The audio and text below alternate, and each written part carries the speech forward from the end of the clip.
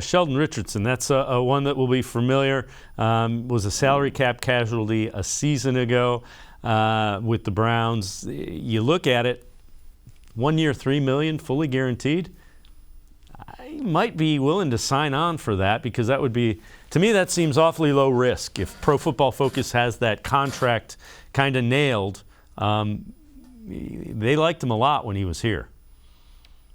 Yeah, absolutely. I think, it comes down to the contract, as you see so many times, again, in a salary cap world, because we don't know what's going to happen with Jarvis Landry, Austin Hooper, Case Keenum, those contracts in particular. So if you can get a guy who's got value, I think like Richardson does, maybe at that price point, it works out well. I mean, you look at last season, played in all 17 games, didn't necessarily put up the best numbers, but he wasn't starting. He only started 7 times for Minnesota on that defense. So it'd be an interesting look. It just kind of depends how he feels coming back after, the whole thing with Cleveland last offseason, how that didn't work out, how they didn't want to bring it back.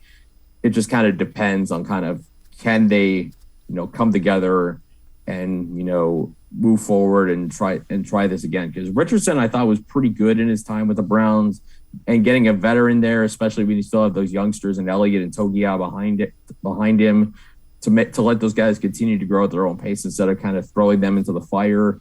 Any veteran too they can add, especially with some pretty good track records, not a bad bet.